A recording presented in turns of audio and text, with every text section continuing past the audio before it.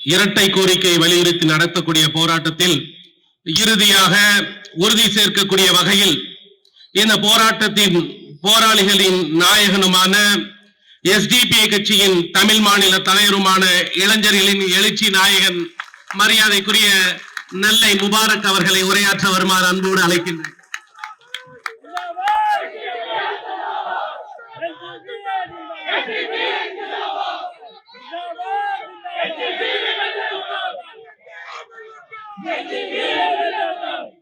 எழுச்சியோடும் மகிழ்ச்சியோடும் நடைபெற்றுக் கொண்டிருக்கிற தமிழக அரசு தமிழகத்தில் வாழுகிற சிறுபான்மை முஸ்லிம் சமூக மக்களுக்கு கல்வி வேலை வாய்ப்பில் 3.5% இடஒதுக்கீட்டில் இருந்து 7% இடஒதுக்கீட்டை உயர்த்தி வழங்கிடு, அதிகாரப்பூர்வமாக விடுதலை செய்யப்படாத தமிழக முஸ்லிம் ஆயுள் சிறைவாசிகளை 26 பேரை உடனடியாக விடுதலை செய்திடு என்கிற இருவரும் கோரிக்கைகளை வலியுறுத்தி இன்றைய தினம் நடைபெற்றுக் கொண்டிருக்கிற இந்த மாபெரும் தலைநகரை பேரணி என்கிற இந்த பேரணி நிகழ்விற்கு வருகை தந்திருக்கிற அனைவரையும் வருக வருகவென வரவேற்று அமர்ந்திருக்கிற எஸ்டிபிஐ கட்சியினுடைய மாநில பொதுச் செயலாளர் பாசத்திற்குரிய அன்பு சகோதரர் நிஜாம் முஹிதீன் அவர்களே, இந்த மாபெரும் பேரணியினை கொடியசைத்து துவக்கி வைத்திருக்கிற எஸ்டிபிஐ கட்சியினுடைய மாநில செயலாளர் பாசத்திற்கும் அன்பிற்கும் உரிய அன்பு அண்ணாச்சி ரத்தினம் அவர்களே, ஆரம்பமாக துவக்க உரையாற்றி அமர்ந்திருக்கிற கட்சியினுடைய மாநில பொதுச் செயலாளர் அண்ணன் ஆசா உமர் ஃபாரூக் அவர்களே, இந்த நிகழ்வில கோரிக்கை உரையாற்றி அமர்ந்திருக்கிற மாநில பொதுச் செயலாளர் அகமது நபவி அவர்களே, மாநில செயலாளர்கள் அன்பு சகோதரர் அபுபக்கர் சித்திக் அவர்களே, அன்பு சகோதரி நஜ்மா பேகம் அவர்களே, இந்த மாபெரும் நிகழ்வில இந்த நிகழ்வை மிகச்சிறப்பாக தொகுத்து வழங்கிக் கொண்டிருக்கிற மாநில பொதுச் செயலாளர் ஹாஜி அமீர் ஹம்சா அவர்களே, இந்த நிகழ்வில முன்னிலை வகித்துக் கொண்டிருக்கிற பாசத்திற்குரிய மாநில செயற்குழுவினுடைய உறுப்பினர்கள் அன்பு சகோதரர் ஷபீக் அகமது அவர்களே, மண்டல தலைவரும் மாநில செயற்குழு உறுப்பினருமான முகமது ரஷீத் அவர்களே, மாநில செயற்குழு உறுப்பினர்கள் அஸ்கர் அலி அவர்களே, ஃபயாஸ் அவர்களே, அம்ஜத் பாஷா அவர்களே, சுல்ஃபி அவர்களே, முஜிபுர் ரஹ்மான் அவர்களே, அன்பு சகோதரர் ரஃபீக் அவர்களே, அபு தாகிர் அவர்களே, ஃபுரோஜ் அவர்களே, இந்த நிகழ்வில தீர்மானம் வாசித்து அமர்ந்திருக்கிற மண்டலத்துடைய செயலாளர் அன்பு சகோதரர் முகமது இஸ்மாயில் அவர்களே, மாநில செயற்குழுவினுடைய உறுப்பினர் அன்பு சகோதரர் ரவிச்சந்திரன் அவர்களே, சென்னை மண்டலத்தினுடைய மாவட்ட தலைவர்கள் அன்பு சகோதரர் ஜுனைத் அன்சாரி அவர்களே, சலீம் ஜாஃபர் அவர்களே, பூட்டோ மைதீன் அவர்களே, சீனி முகமது அவர்களே, அப்துல் ரசாக் அவர்களே, முகமது பிலால் அவர்களே, சையது அகமது அவர்களே, வழக்கறிஞர் நௌஃபல் அவர்களே, RMK மாலிக் அவர்களே, ஜுபைர் அலி அவர்களே மற்றும் ஜாஃபர் ஷரீப் அவர்களே, இந்த நிகழ்வில மிகச்சிறப்பான முறையில பேரணி துவங்கியதிலிருந்து இதுவரை ஏறத்தாழ 3 மணி நேரத்திற்கும் அதிகமாக பேரணியிலும் கலந்து கொண்டு இந்த நிகழ்வில் சிறப்புரையாற்றி அமர்ந்திருக்கிற பெருமதிப்பிற்குரிய அனைத்து இந்திய அண்ணா திராவிட முன்னேற்ற கழகத்தினுடைய அமைப்பு செயலாளர் முன்னாள் அமைச்சர் பாசத்திற்குரிய அன்பு அண்ணன் ஜெயக்குமார் அவர்களே, நமது சட்டமன்றத்தினுடைய உறுப்பினரும் தமிழக வாழ்வுரிமை கட்சியினுடைய தலைவருமான அன்பு தோழர் வேல்முருகன் அவர்களே, நமது போராட்டத்தில் அனைத்தும் தோளோடு தோள் நின்று கொண்டிருக்கிற பாசத்திற்குரிய அன்பு தோழர் மே 17 இயக்கத்தினுடைய ஒருங்கிணைப்பாளர் தோழர் திருமுருகன் காந்தி அவர்களே, தமிழ் தேசிய விடுதலை இயக்கத்தினுடைய பொதுச் செயலாளர் தோழர் தியாகு அவர்களே, உயர் நீதிமன்றத்தினுடைய வழக்கறிஞர் பாசத்திற்குரிய அன்பு சார் வழக்கறிஞர் பவானி மோகன் அவர்களே, ஜோதிமலை இறைப்பணி திருக்கூடத்தினுடைய நிறுவனர் பெருமதிப்பிற்குரிய அடிகளார் தவத்திரு திருவடிக்குடில் அடிகளார் அவர்களே, பாசத்திற்குரிய எனது அன்பு சகோதரி, அனைத்து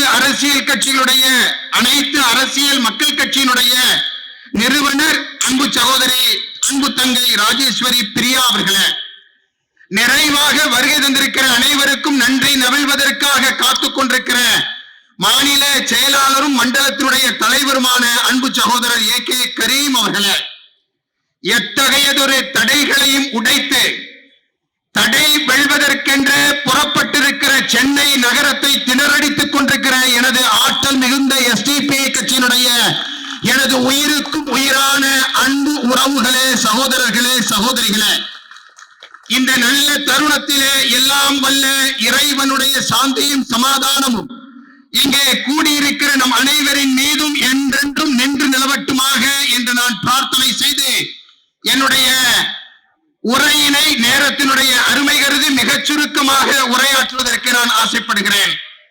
அன்பார்ந்த அன்பு சொந்தங்களே, இருவரும் கோரிக்கைகளுக்காக இன்றைய நவம்பர் 16, 2024 வருடம் SDP கட்சி சென்னை மாநகரத்திலே 3வது இடஒதுக்கீட்டு யுத்தத்திற்கான நாள் குறித்து இன்றைய தினம் வங்கக்கடலினுடைய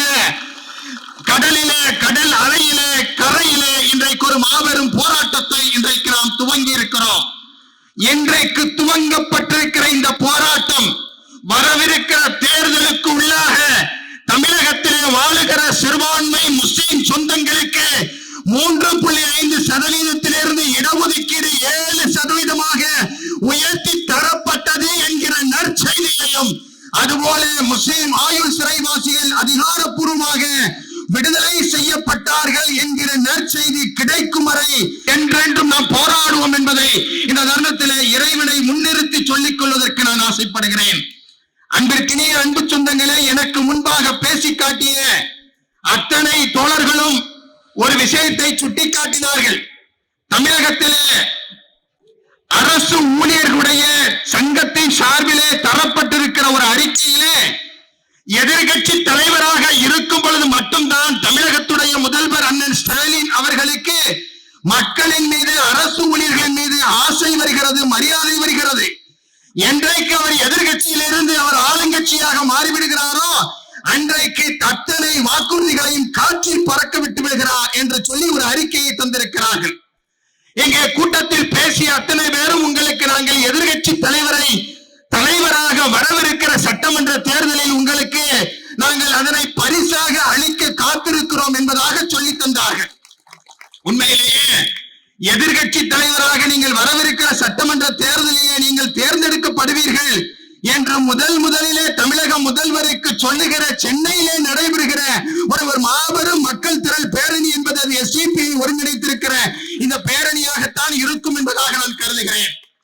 அப்படி அவர்கள் எதிர்கட்சி தலைவராக மாற வேண்டும் என்று சொன்னால் பொதுவாக வரலாற்றை படித்தவர்களுக்கு தெரியும், எந்த ஒரு ஆளும் கட்சியும் மக்களுடைய போராட்டத்தினால் மட்டும் ஆட்சி மாற்றம் ஏற்பட்டதில்லை. அதுவும் நடந்திருக்கிறது. ஆனால் அதனை சதவீத அடிப்படையில் பார்த்தால் தனக்குத்தானே தலையில் மண்ணை அள்ளி போட்டதுதான் ஆட்சி மாற்றத்திற்கு மிக முக்கியமான காரணமாக இருக்கும்.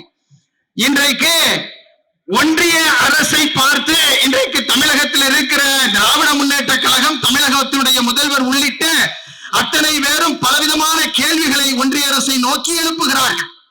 அந்த கேள்விகள் எல்லாம் நியாயமானது. தமிழ்நாட்டை வஞ்சிக்கிற தமிழ்நாட்டு மக்கள் என்று சொன்னால் ஒன்றிய அரசிற்கு வேப்பங்காயாக கசக்கிறது என்பதில் எந்த மாற்று கருத்தும் இல்லை.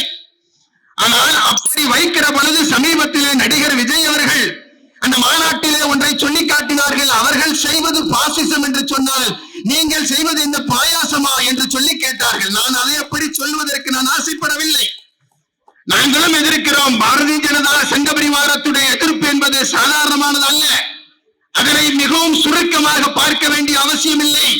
தமிழகத்திற்கு பன்னெடுங்கால வரலாற்று பாரம்பரியம் அந்த ஒன்றிய அரசுடைய சங்க பரிவாரத்திற்கு எதிராக அது நடத்தப்பட்டதிலே தமிழகத்திற்கு இருக்கிறது, SDP கட்சிக்கு இருக்கிறது, மேடையில் அமர்ந்திருக்கிற அத்தனை பேருக்கும் இருக்கிறது என்பதிலே இந்த மாற்று கருத்தும் இல்லை. ஆனால் அன்றைக்கு அந்த மாநாட்டின் வாயிலாக அவர்கள் செய்வது பாசிசம் என்றால் நீங்கள் செய்வது பாயாசமா என்று கேட்ட பொழுது எங்களுக்கும் கூட வருத்தமாக கோபமாகத்தான் இருந்தது. ஆனால் இன்றைக்கு சென்னையிலே திமுக அரசும் திமுகவுடைய காவல்துறையும் இன்றைக்கு சென்னையிலே நடத்தி கொண்டிருப்பது எதை நீங்கள் நடத்தி கொண்டிருக்கிறீர்கள்? அவர்கள் டெல்லியிலே ஜந்தர் மந்தரிலே ஒதுங்க சொல்லுகிறார்கள், நீங்கள் சென்னையிலே கூவத்தில் ஒதுங்க சொல்லுகிறீர்கள். பார்முலா ரேஸ் கார் பந்தயம் என்று சொன்னால் நீங்கள் அதை சென்னை நகரத்துடைய வீதிகளிலே விடுமுறையிட்டு நீங்கள் அதை நடத்துகிறீர்கள். தோழர் தியாகம் அவர்கள் சொன்னார். ஆனால் திமுக அரசிற்கு கூட அதனுடைய காதுகளில் கேட்கிற விதமாக எஸ்டிபி என்பது அல்ல, சிறுபான்மை சமூக மக்கள் நடத்துகிற போராட்டம் என்று சொன்னால் நீங்கள் கூவம் நதிக்கரையோடு ஒதுக்குகிறீர்கள் என்பது மட்டுமல்ல, ஒரு மாத காலத்திற்கு முன்பாக அனுமதி வழங்கப்பட்டு அதற்காக கடிதம் கொடுக்கப்பட்டு ஒரு மாத காலம் சென்னையினுடைய காவல்துறை கோமாவில் இருந்துவிட்டு நேற்று மாலை 4:30 மணிக்கு தான் உங்களுக்கு அனுமதி இல்லை என்று சொன்னால் நாங்கள் எவ்வாறு எடுத்துக்கொள்வது? எதையும் சட்டத்திற்கு மீறி எஸ்டிபிஐ கட்சி செய்வதில்லை, எல்லாவற்றையும் சட்டத்திற்கு உட்பட்டுதான் நாங்கள் செய்கிறோம். அனுமதியோடு இந்த போராட்டத்தை நடத்த வேண்டும் என்று நாங்கள் ஆசைப்படுகிறோம். 4:30 மணிக்கு தந்துட்டு நைட்டு 12 மணி வரைக்கும் உங்களுக்கு நிகழ்ச்சிக்கு அனுமதி இல்லை என்று சொல்லி, காலையில் அனுமதி இல்லை என்று சொல்லி தோழர் வேல்முருகன் அவர்கள் பேசிவிட்ட பின்புதான் எங்களுக்கு இந்த போராட்டத்திற்கு அனுமதி கிடைக்கிறது என்று சொன்னால், காவல்துறை தன்னுடைய உள்ளத்தில் எதை நினைத்துக் கொண்டிருக்கிறது? நீங்கள் ஜனநாயக விழுமியங்களுக்கு நீங்கள் தருகிற மரியாதை என்ற என்ன என்பதைத்தான் இந்த கூட்டத்தின் வாயிலாக நான் கேட்பதற்கு ஆசைப்படுகிறேன். அன்பிற்கினிய அன்பு சொந்தங்களே, சிறுபான்மை சமூக மக்கள் என்று இவர்களை ஒடுக்கி விடலாம், அடக்கி விடலாம், காவல்துறை அவர்களை கைது செய்து விடலாம் என்று நினைக்கிறார்கள். தமிழ்நாட்டிலே 2019, 18, 19 ஆண்டுகளிலே ஏறத்தாழ 22,000 என்று சொல்லி இந்திய வரலாற்றிலே போராட்டத்தினுடைய மணிமகுடமாக இருந்தது தமிழ்நாடு. அந்த போராட்டத்திலே மைல்கல்லாக இருந்தது எஸ்டிபி என்பதை தோழர் அவர்கள் சொன்னதை போல போராடியே பழக்கப்பட்டவர்கள். நீங்கள் கைது செய்வதாக இருந்தாலும் சரி, சிறையை நிரப்புவதாக இருந்தாலும் சரி, எங்களுக்கு எல்லாம் ஒன்றுதான் என்று சொல்லி இன்றைக்கு படை பரிவாரத்தோடு எங்களுக்கு எங்களுடைய குழந்தைகளோடு இன்றைக்கு துணிமணிகளோடு தான் இன்றைக்கு நாங்கள் போராட்டத்திற்கு நாங்கள் வந்திருக்கிறோம். என்ன காவல்துறை காலையில விழித்துக் கொண்டு அனுமதி தந்ததனால் இது சென்னை போராட்டமாக இருந்தது. இல்லை என்று சொன்னால் தமிழகம் முழுவதும் சாலைகளை மறித்து ஒரு மாபெரும் போராட்டத்தை நாங்கள் நடத்துவதற்கு தயாராக இருந்தோம். ஏன்? இடஒதுக்கீடு என்பது அது நீங்கள் எங்களுக்கு வழங்குகிற சலுகை அல்ல, மாறாக அது எங்களது பிறப்புரிமை, அவர் பர்த் ரைட்ஸ் என்று சொல்லி நாங்கள் முழங்குகின்ற காரணத்தினால் தான் இன்றைக்கு உங்களிடத்திலே நான் கோரிக்கை வைத்துக் கொண்டிருக்கிறோம். திமுக அரசு தொடர்ந்து தவறுகளையே செய்து கொண்டிருக்கிறது. திருநெல்வேலி ஏர்வாடி பேரூராட்சியிலே பேரூராட்சி நிர்வாகத்தை கண்டித்து போராட்டம் என்று எஸ்டிபி அறிவித்தால் கூட அவர்களை நூற்றுக்கணக்கான காவல் அதிகாரிகளை கொண்டு முடக்குகிறார்கள். எஸ்டிபியினுடைய பெண் கவுன்சிலர் மீது அவர்கள் கொடூரமான வழக்குகளிலே வழக்குகளை பதிவு செய்கிறார்கள். விமன் இந்தியா மூவ்மெண்ட் ராமநாதபுரத்திலே ஒரு போராட்டத்தை நடத்துகிறது என்று சொன்னால் அதை கண்டு அச்சப்படுகிறார்கள். தமிழ்நாட்டிலே எங்காவது போராட்டம் என்று எழுந்துவிட்டால் திமுக அரசிற்கும் திமுகவுடைய காவல்துறைக்கும் மிகப்பெரிய அச்சம் வந்து விடுகிறது என்று சொன்னால் என்ன அர்த்தம்? அரண்டவன் கண்ணுக்கு இருண்டதெல்லாம் பேய் என்று சொல்வதை போல உங்களுக்கு எல்லாவற்றையும் கண்டு பயம் வந்து விட்டது. இந்த பயத்திற்கும் மோடி, அமித்ஷா அங்கே பயந்து கொண்டு இருப்பதற்கு எந்த வித்தியாசமும் இல்லை. அவர்களும் மக்களை கண்டுதான் அஞ்சுகிறார்கள், நீங்களும் மக்களை கண்டு, மக்கள் பிரதிநிதிகளை கண்டு அஞ்சுகிறீர்கள் என்றால் என்ன வித்தியாசம் என்பதை இப்பொழுது நீங்கள் உணர்ந்து கொள்ள வேண்டிய தேவை இருக்கிறார். 3.5% இடஒதுக்கீட்டையோ 26 முஸ்லிம் ஆயுள் சிறைவாசிகளை அதிகாரப்பூர்வமாக விடுதலை செய்து விட்டாலோ தோழர் திருமுருகன் சொல்வதை போல என்ன ஆட்சி மாற்றமா வந்துவிடப் போகிறது? அதிகாரிகள் எங்களிடத்திலே சொல்லுகிறார்கள், அதிகாரத்தினுடைய மேல்மட்டம் இதை விரும்பவில்லை என்று சொல்லுகிறார்கள். யார் மேல்மட்டம், யார் கீழ்மட்டம்? உங்களை மேல்மட்டமாக வைத்து இன்றைக்கு அழகு பார்த்துக் கொண்டிருப்பவர்கள் இன்றைக்கு எனக்கு முன்பாக இருக்கிற சிறுபான்மை சமூகத்து சொந்தங்கள். எனவே எங்களது குரல்களுக்கு உரிமை தாருங்கள், நாங்கள் அழுவதற்கு உரிமை தாருங்கள் என்று நாங்கள் கேட்டு நிற்கிறோம். சச்சார் கமிஷனுடைய அறிக்கையின் அடிப்படையில் 3.5 7ஆக மாற்றித்தாருங்கள் என்று கேட்கிறோம். சச்சார் கமிஷன் என்ன சொன்னது? 3.5% இடஒதுக்கீடு தமிழ்நாட்டிலே 2007 அமல்படுத்தப்பட்ட முன்பு சச்சார் கமிட்டி இந்தியாவிலே வாழுகிற சிறுபான்மை முஸ்லிம் சமூகத்து சொந்தங்கள் தாழ்த்தப்பட்டவர்களை விட மிக மோசமாக இந்தியாவிலே வாழுகிறார்கள் என்று சொன்னது. தாழ்த்தப்பட்டவர்கள் மிக மோசமாக, தாழ்த்தப்பட்டவர் சகோதரர்களை விட முஸ்லிம்கள் வாழ்கிறார்கள். அவர்களும் அப்படி வாழக்கூடாது. முஸ்லிம்களும் இப்படி வாழக்கூடாது, எல்லோருக்கும் ஒரு சமத்துவமான வாழ்க்கை வேண்டும் என்று சொல்லிதான் எஸ்டிபி கட்சி இன்றைக்கு 3.5 7ஆக உயர்த்தி தாருங்கள் என்று நாங்கள் கோரிக்கை ஆர்ப்பாட்டத்தை பேரணியை நாங்கள் நடத்தி கொண்டிருக்கிறோம். இடஒதுக்கீட்டிலே என்ன சிக்கல் இருக்கிறது? 2007 நீங்கள் இந்த இடஒதுக்கீட்டை அன்றைய திமுக அரசு தந்தது. தந்த உடனேயே சில முஸ்லிம் சகோதரர்களுடைய அறிஞர்களுடைய தரப்பிலிருந்து அன்றைய முதல்வரை சந்தித்து ஒரு கோரிக்கை வைத்தார்கள். நீங்கள் தந்திருக்கிற உள் இடஒதுக்கீடு என்பது சில குளறுபடிகள் இதில் இருக்கிறது, அதிலே சில நியமனங்கள் என்ற வார்த்தைகள் வருகிறது. அதன் காரணமாக எப்படி வேண்டுமானாலும் இந்த இடஒதுக்கீடு தவறாக பயன்படுத்தப்படுவதற்கு வாய்ப்பு இருக்கிறது என்று சொன்னார்கள். ஆனால் அப்பொழுது தமிழகத்துடைய முதல்வர் உடனடியாக சொன்னார், தலைமைச் செயலாளருடைய தலைமையில இந்த இடஒதுக்கீட்டை கண்காணிக்கிற ஒரு குழுவை நாங்கள் அமைக்கிறோம் என்று சொன்னார். அந்த குழுவையும் அமைத்தார். ஆனால் அந்த குழு அன்றிலிருந்து இன்று வரை செயல்படவே இல்லை. எனவே இடஒதுக்கீட்டிலே பல்வேறு விதமான குளறுபடிகளும் சிக்கலும் இதுவரைக்கும் இருக்கிறது. எனவேதான் எஸ்டிபி கட்சி வெள்ளை அறிக்கை தாருங்கள் என்று நாங்கள் சொல்லுகிறோம். நீங்கள் க்ளோஸ்டு டைப்பாக 3.5 நீங்கள் தந்திருக்கிறீர்கள். அதனை நீங்கள் ஓபன் டைப்பாக தந்தால் 30% பிற்படுத்தப்பட்ட இடஒதுக்கீட்டோடு எங்களது சிறுபான்மை சமூகத்து மாணவ மாணவிகள் தங்களது போட்டியை வாய்ப்பை அவர்கள் போட்டியிட்டு பெற முடியும் என்று நாங்கள் சொல்லுகிறோம். இதையெல்லாம் ஆளுகிற திமுக அரசு இதுவரை கண்டுகொள்ளவே இல்லை. அதன் காரணமாக எங்களது வாய்ப்புகள் தட்டி பறிக்கப்பட்டுக் கொண்டிருக்கிறது. இப்பொழுது 3.5% இடஒதுக்கீடு என்பது 2% தான் அதனை முஸ்லிம் சமூகம் இப்பொழுது அனுபவித்துக் கொண்டிருக்கிறது என்கிற புள்ளி விவரங்கள் வந்து கொண்டிருக்கிறது.